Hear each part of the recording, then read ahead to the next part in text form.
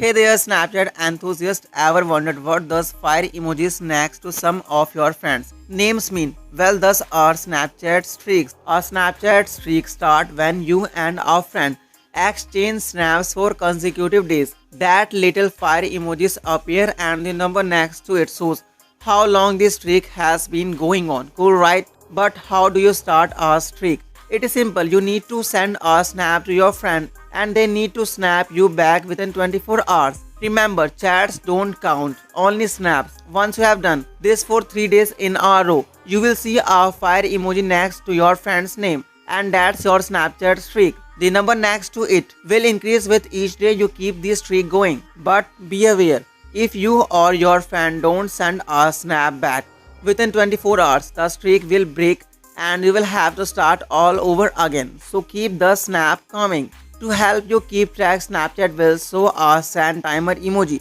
when your streak is about to expire. So if you see that it is time to send a snap quickly. So that's all about Snapchat streaks. They are all fun way to stay connected and see who can keep the streak going the longest. Happy snapping. And if you have any question, then comment on this video, must like and subscribe to our channel to get more interesting and latest information on social media.